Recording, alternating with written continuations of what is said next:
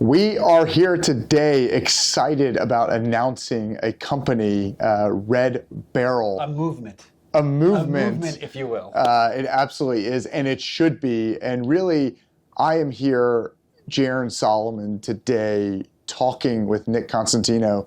And I'm really talking as Jaron Solomon. You know, Nick, I'm in the jewelry space.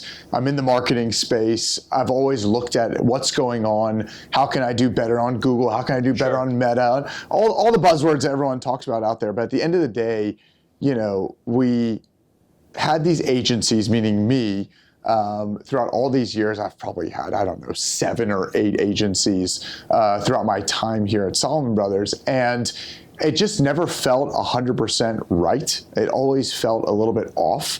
And I know for those owners out there, whether you're in the jewelry space or not, you know what I'm talking about. You're spending money every single month. You're spending a lot of money every single month, and you just have no idea where it's going. You don't know where to attribute it to. You don't know what's going on. And I'll let Nick get into more of the technical jargon there. But for me, it was just a comfort level that I just never, ever had. And I want to make a caveat here to everyone listening. I really liked almost everybody that I worked with. Certainly my last 3 agencies, you know who you are, loved them as people, still love them as people, still don't think that they were trying to do anything manipulative to me. But when you don't have the background on jewelry, when you don't have that kind of gut instinct, and you're just working off of a blank page without asking, the owner questions and really finding it out. And so I said, oh my goodness, after we've been doing this for a year now together at Solomon Brothers, and basically saying, hey, we have made all these efficiencies. We have found the truth behind what we're doing, where every dollar is going. And I'm super excited about Red Beryl because what Red Beryl stands for is truth, honesty, transparency on where your dollars are going, why we're spending them there, why you shouldn't spend them there, or why you should. And we are not here to take 15% off the top of anything. We're not here to say, spend more so we can take more.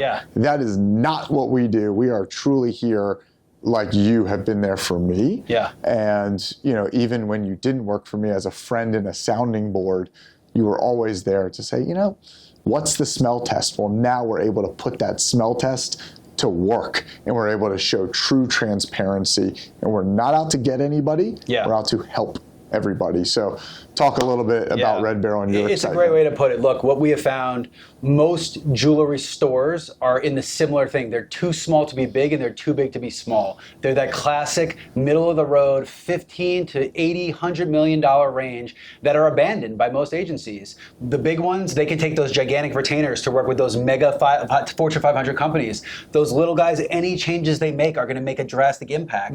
But you're talking about 50, 60, $70 million companies that don't have marketing directors, that are attributing things to visits that Google says. The pace of change has sped up so fast. All we need is truth and data. As long as you are unified and you're using the same source of data, it is a lot easier as a business owner to make decisions on where to spend money. In fact, I am actually sitting and telling Jaron every day, we're not ready to spend more money yet.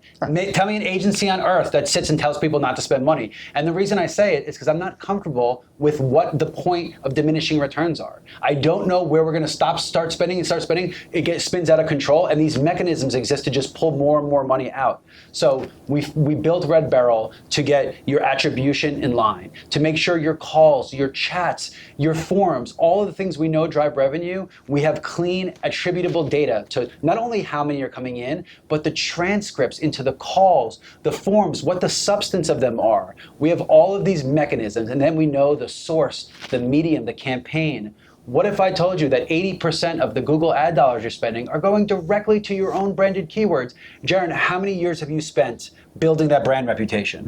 46 years. Do you want somebody taking your money and buying the keywords to which you've spent 46 years building? I do not need them to do that. There are ways to do it. There are ways to protect the brand and go after only new customers. But if you don't use data and you don't use modern tactics, and I think we're caught, a lot of these people that built these agencies 20 years ago, 10 years ago, are built in 10 years ago data. It just doesn't work that way anymore. So I'm hyper proud about it. I think that there's only a certain amount of businesses. Look, the beauty of doing this, we're not taking everybody. If you don't have brand equity, none of this works. Right. These are not the days where it's just like, I'm an online retailer, I'm brand new, let's go convert. You can do it, but you're going to be selling yourself at a horrible price. You're not going to be a luxury brand. We want to work with luxury brands who have spent their family's blood, sweat, and tears to build all this equity, only to now be unsure of how to use it as a capture net. We talk about it a lot. Yeah. Google is a net.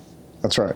You can't be efficient at creating with a net, but when the things come this way, you have to have a mechanism to pull them in. Yeah. Okay? The radio, the TV, the billboards, that's the bait that brings everybody in. Yeah. The net captures. If you don't look at it that way, it is easy to be manipulated to believe that you're driving all this magic traffic. And maybe you are. Traffic is not what we stay in business off of. So the advice, the reason we started this, and the reason we started this pure, I think the most important thing is, this is weird, man. Yeah. We're doing something different. Yeah. This is somebody in his industry saying, you know what, Nick, we need to go help other people in this industry. Not from a standpoint of, it's genuinely, there's so much we can do to help, and the rising tide lifts all ships. We joke all the time. We are not advertising against our competitors. We are advertising against trips to Paris. If the jeweler industry rises, we rise it. If we're leading that rise, it only benefits us as much as everybody else. So this is coming from a genuine place, but I think for you, just talk about how important this industry has been to you and why you would start a company to, in theory, go invite competitors to the tactics to which you've been learning. Yeah, I mean, in all honesty, you touched on it there on the branded key terms for our own businesses. There's so many people out there that are going to watch this. If you are watching it, you are going to say, wow, I've spent so much money on radio. I obviously would refer to my father who, took the leap of faith on radio and on TV and on billboards and on magazine. And now the world has changed so much. And what we found out is all that hard work, all that blood, sweat, and tears that you have put into it, you're being taken advantage of, but the agency doesn't even know that they're doing it because they're just saying, hey, you want people to go to your website? Well, sure, we want a ton of people to buy, $4 and $5 things on a website. We do that for people all the time. Well, that's not our business, but they're not separating that. And they're just saying, hey, Solomon Brothers Jewelers, which has been mentioned, I don't know, 1 billion times in the last 44 years on all of these different mediums. Of course somebody's going on Google and searching your name because you have done an incredible job. And my father did an incredible job. And now it's time to take advantage of that. My whole job is not to say here, let me build up the brand even more, the second generation and this, that, and the other. You know who you are out there. If you're blessed enough and lucky enough like I am to walk into a name like this, I don't need to build it up. I need to capture people because it's already been built. And I don't need the agency to come and try and take advantage of that name. What I need is the tactical aspect of where do we go? How do we spend the money? What key terms do we spend on? How do we not waste money?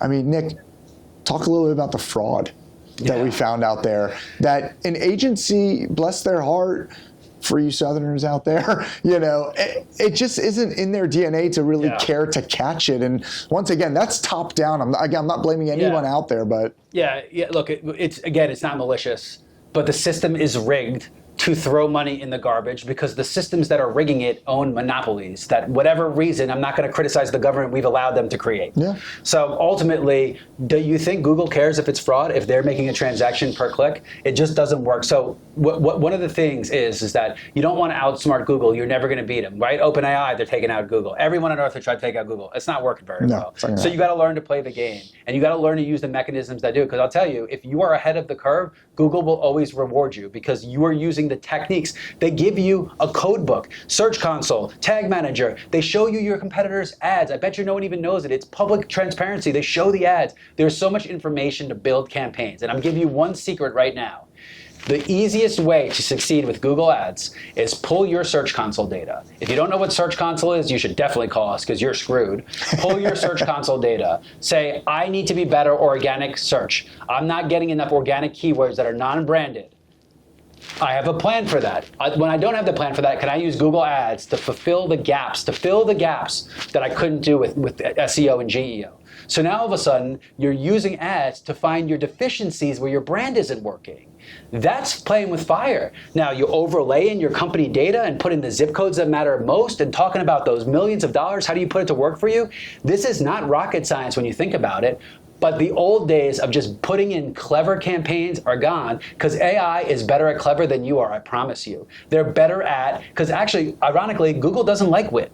I remember when I started my podcast, I had the best titles the world has ever seen. You know what Google said? This is stupid. You're not even saying anything about your show. Right. So it really requires a deft hand, but it requires one that understands the business and what we're trying to accomplish.